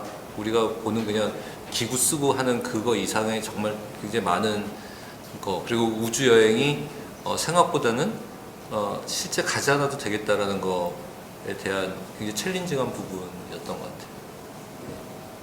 뭐 그렇게 질문이 아니라 말이 내가 너무 많구나. 시간 5분 넘으면 땡 쳐도 쳐요. 네. 저도 그냥 계속 재밌게 듣다 보니까 사족을 좀 붙이자면 저희가 사무실 내에서 진행하고 있는 프로젝트 중에 우주에 관한 연구를 하는 프로젝트 실질적으로 진행하는 중이기도 해요. 그래서 굉장히 저는 흥미롭게 보고 있는데 이 보야지라는 주제하고 우주를 두 개를 놓고 봤을 때 우리는 그냥 아까 심사위원님께서 말씀해 주신 것처럼 여기가 살 수 없는 환경이 되었을 때 저기를 가야 된다는 그런 견해가 하나 있을 수 있고, 또 하나의 견해는 예전에 이 보야지라는 단어를 한국말로 했을 때 신항해 시대다.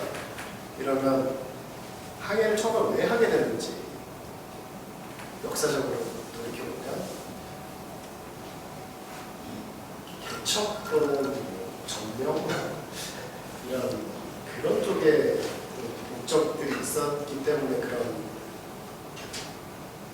뭐랄까 필요성, 새로운 환경에 대한 막연한 기대보다는 뭔가 개인의 또는 국가의 어떤 군주의 그런 요청에 의해서 변화하고 그런 요청의 변화에 발맞춰서 다른 쭉 이렇게 연계된 시설들이 바뀌고 생각들이 바뀌고 그런 것들이 굉장히 흥미롭게 보여지는 지점이었고, 그 트러스를 굳이 설치를 해야 되나?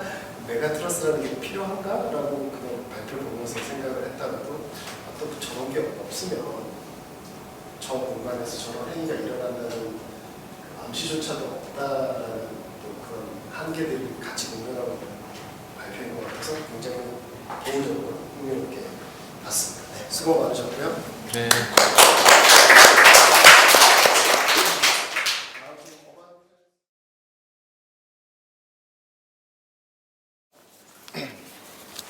네, 반갑습니다. 우선 저희의 프로젝트를 발표할 기회를 주셔서 감사합니다.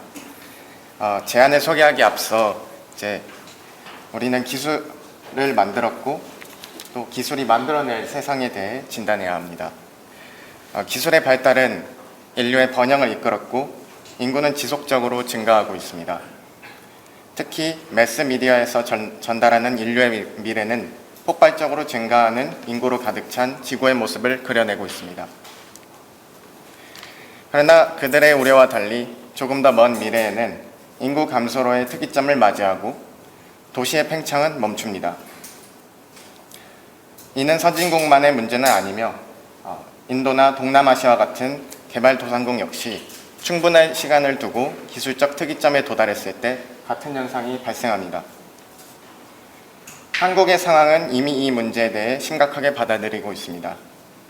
그러나 이러한 문제는 지방의 소도시나 비도시 지역에 대해서만 지속적으로 논의됩니다.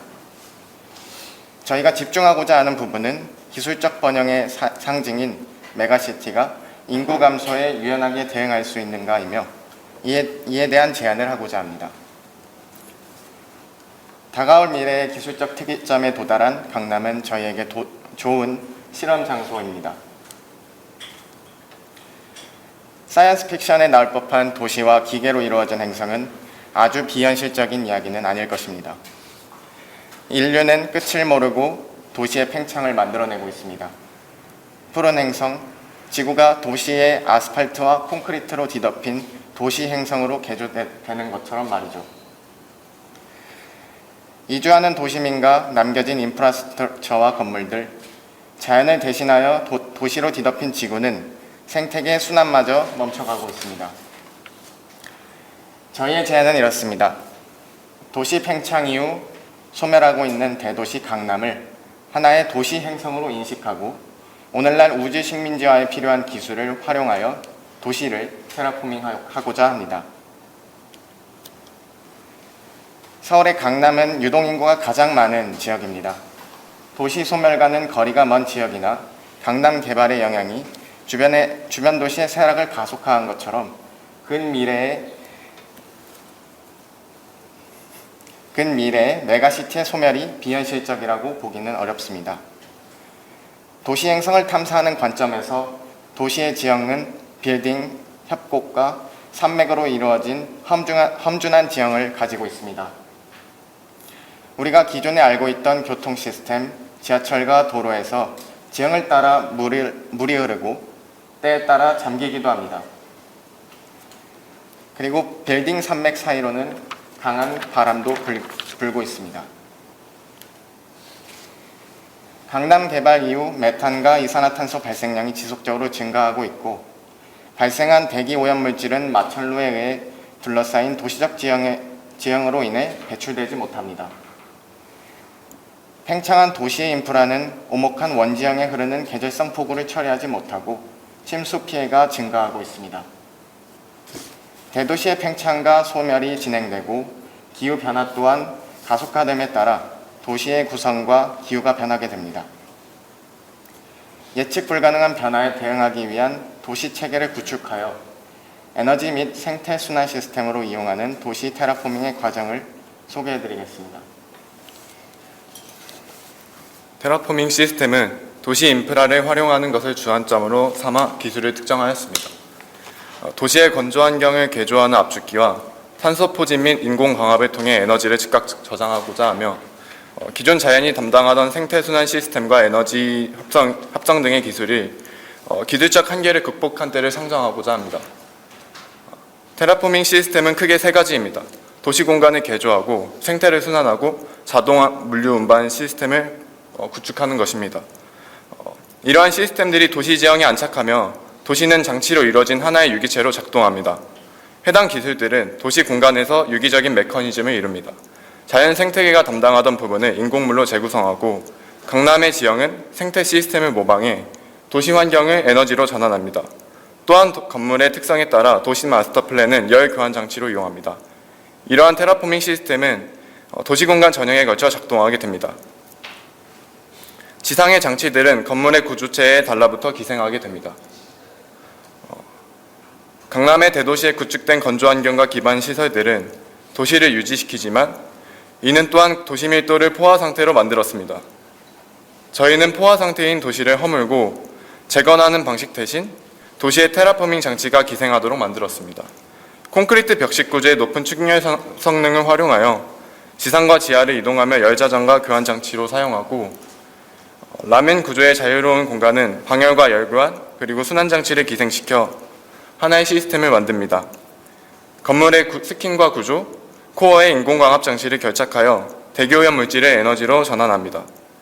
또한 지하의 인프라스트럭처인 지하철과 저류조, 배수관을 통해 에너지를 운반하게 됩니다. 그리고 이 과정에서 발생하는 열을 냉각 시스템으로 처리하고자 합니다.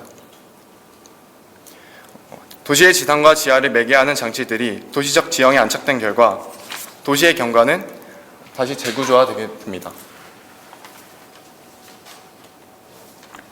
네, 지상 공간의 불안정한 환경에 대응하기 위해 저희는 상대적으로 외부와 차단된 지하 공간의 인프라를 재구성하고자 하였습니다. 터빈을 돌려서 에너지를 생산하고 빗물 저류를 통해 열을 냉각합니다. 에너지는 도시 공간 전역으로 다시 운송되며 지하는 도시가 유지될 수 있는 서번트 시스템이 됩니다. 지하에 존재하던 기존 인프라에 에너지 저장 장치와 압력 지지대, 냉각 장치와 같은 기계를 추가로 부착합니다. 또한 이로 인한 저작물을 지하의 운송 시스템인 지하철과 튜브로 인간이 거주하는 또 다른 도시에 전달합니다. 살아 숨쉬는 도시의 인프라스트럭처는 대자연을 모방하며 지상과 지하 세계에 맞닿아 있습니다. 기존 도시의 기계를 통해 개조된 강남의 모습은 마치 반도체 회로도와 닮아 있습니다. 인간을 위해서 구축되었던 메가시티는 쇠락하였고 도시의 지형을 재해석하며 전환된 시스템은 기술이 집적된 도시를 다시 작동하게 만들었습니다. 도시와 기계 장치가 생태계의 순환을 멈추게 했지만 오히려 이 행성에서는 그러한 순환을 기계가 대신하고 있습니다. 기술과 인간이 변주시키는 도시의 모습은 기존의 개념을 전복시켜 또 다른 미래로 우리를 인도하고 있습니다. 우리의 도전이 푸른 점 그 너머의 상상과 또 다른 여정으로 이어지길 바랍니다. 감사합니다.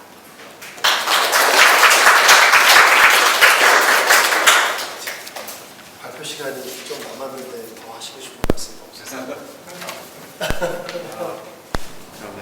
사실 발표 내용에 담기지는 않았지만 이제 이 전체 내용을 통섭하는 어떤 큰 아이디어들을 좀 소개해드리겠습니다. 저희는 사실 발표 내용에서 있는 내용들은 대도시, 비어진 대도시와 환경, 그리고 에너지에 대한 얘기를 다루고 있지만은 그 기저에 깔린 생각들은 우리가 기술 만능주의라는 그런 시대적인 상황을 조금 비판하고자 하는 것들이 있었고,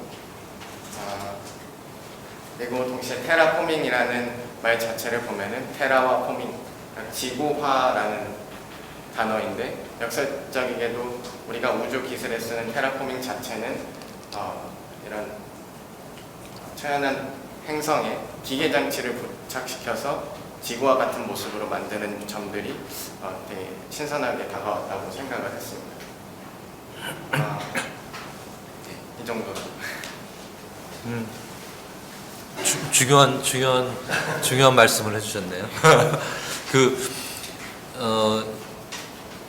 이 프로젝트에서 제일 흥미로웠던 지점은 일단은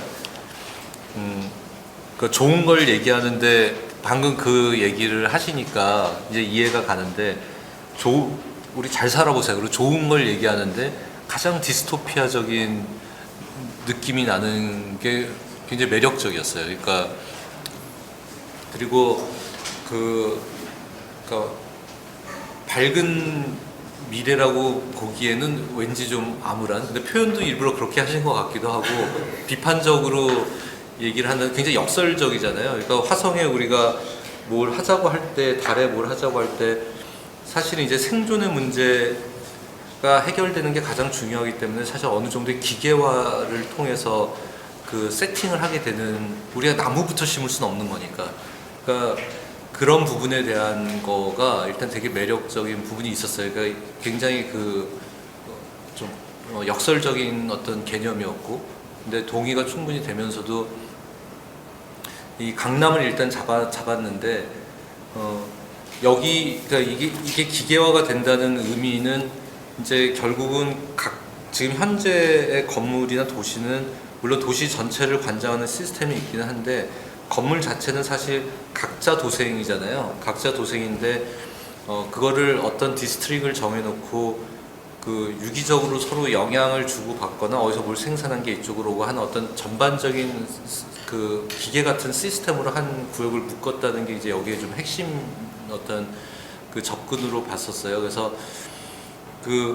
제가 드리는 질문들은 사실은 이제 기술적인 질문보다는 뭐 딴 팀들도 다 마찬가지인데, 그러니까 저는 이제 이게 된다고 다 여러분들이 얘기하는 게 다 될 수 있다고 일단 다 수용할 수 있거든요. 그리고 그렇게 느껴지기도 하고, 그럼 이제 그 관계성 안에서 이제 또 우리가 생각해 봐야 될 거는, 그러면은 이 도시의 그 개별적인 그 각각의 뭐라고 할까, 일단 건물주라고 할까? 뭐 그 각각의 건물들이 결국 공공을 위해서 편입돼야 되는 부분과 그 다음에 그 건물이 가지고 있는 고유의 가치에 대한 문제 같은 것들이 있잖아요.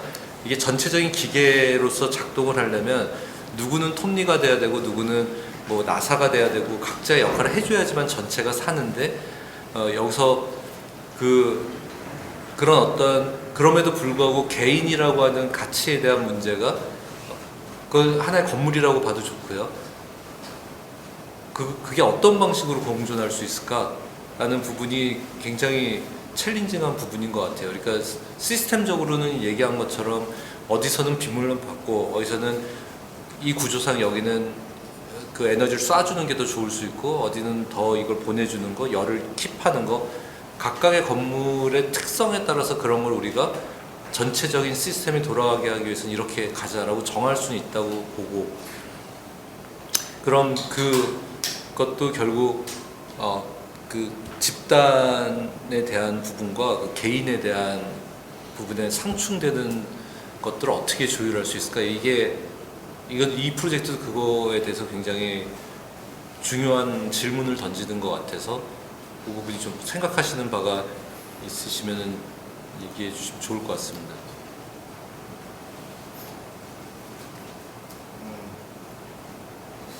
크리티컬한 부분을 짚어주셔서 조금은 현실적으로 답변을 드리겠습니다. 현실적이지 않아도 돼요. 원하는 이렇게 됐으면 좋겠다도 좋고, 현실적으로는 건물주를 다 싫어하지. 이거는 어느 정도는 제도와 그다음에 그걸 따를 때 인센티브의 개념으로 결국은 치환될 거라고 보는데, 바라는 바를 얘기하는 게 더 맞을 것 같아요. 그러니까 다 귀속되라. 그래야 뭐 그런 식의 의견이 더 나을 것 같아요. 현실적인 것보다. 사실은 이런 설비 장치들이 결국에는 어떤 모더니즘의 과정을 통해서 공간에 어떤 이롭게 하지만 이걸 설비 장치로 가리게 됐지만 결국에는 이것들이 만약에 도시의 환경들을 개조시킬 수 있을 만큼 메가 스트럭처 단위로 커지게 되면 도시 스케일의 어떤 큰 스케일의 단위로 커지게 됐을 때에는 이것들이 이제 도시 공간에 편입되는 것들이 필수적이라고 얘기를 한다면 그런 것들에 대한 어떤 소유권의 주장들이 조금은 본인들의 어떤 그 미래에 대한 같이 합심을 해야 한다는 어떤 디스토피아적인 상황에서 충분히 논의가 될 수 있지 않을까라는 생각을 했습니다. 네, 그 부분도 그럴 것 같아요. 그러니까 얼마나 위기 상황이 되면 우리가 사실 도시를 기계와 같이 만들어가지고 해야 되는 상황까지 갔겠어요. 그러니까 그때 판단은 그분의 편입이 됐던 뭐가 강제가 됐던 그 부분에서 충분히 동의할 수 있을 만한 그 위기 의식이라는 게 훨씬 더 강하게 자리 잡으면은 뭐 그것도 충분히 가능할 수 있는 것 같아요. 지금의 상황에서 보면은 말도 안 되는 얘기로 볼 수 있지만. 아까 전제 중에 뭐 다 비워지는 사람이 살지 않는 상황인 건가요? 어떻게? 그 지점에서 사실 팀원 간의 갈등이 좀 있어요. 사람이 살 수도 있고, 근데 아까 얘기했듯이 그 지역이 기계화되면서 결국 여기서 생산되는 산물들이 이렇게 주변으로 이렇게 발전소 같은 역할처럼 뭔가 보내주기도 한다는 얘기를 중간에 이렇게 지나가면서 했던 걸 들었으니까 뭐 여기서 살 수도 있지만 살 수 없을 수도 있겠죠. 뭐 일종의 생산, 그거는 그 질문도 비슷한 거였는데 생산지의 역할인지 아니면 자급자족을 생각한 건지. 근데 아까 분명히 해서 주변 도시나 지역으로 보낼 수 있다고 말씀하신 걸로 봐서는 그 자급자족뿐만 아니라 그거겠죠? 어떤 다른 특정한 페이지를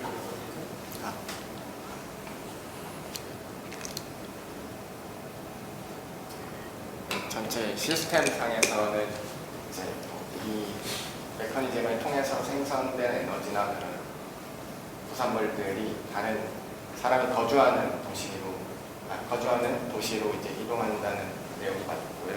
네. 그리고 이제 방금 갈등이 있었다고 전해드린 것처럼 이제 인구가 증가하고 다시 쇠락하는 그 과정에서 남겨진 대도시에 대한 생각들이기 때문에 이제 이런 시나리오 자체는 그 사람이 살지 않는 도시를 향해서 가는 그런 과정 자체를 다루고 있다고 생각합니다. 추가적으로 답변을 드리자면 강남은 사실 계속 누구나 이제 이 도시가 쇠락할까에 대한 의문을 던질 수 있겠지만 저희의 어떤 관점은 강남이라는 현재 도시 구조 자체는 이미 과거부터 건조 환경이 이미 구축되어 있고 인프라 스트럭처들이 다 깔려 있기 때문에 어떠한 미래의 변화에 유연하게 대응하지 못하는 구조가 될 수 있다고 판단했고, 그랬을 때 강남이 만약에 지금 도시가 피폐해져서 미래에 테라포밍 할 수 있는 행성을 찾는 것처럼 강남이 이외의 어떤 다른 도시를 사람들의 수요를 충족시킬 수 있다면 그럼 이제 강남의 도시는 점차 비워지고 기존에 있던 건물들도 이제 어떤 새로운 의미와 해석을 가해져야 된다고 생각을 했을 때 이러한 저희 시스템의 얘기를 하고자 했습니다. 네. 이해가 확실히 됐습니다. 네, 수고하셨습니다.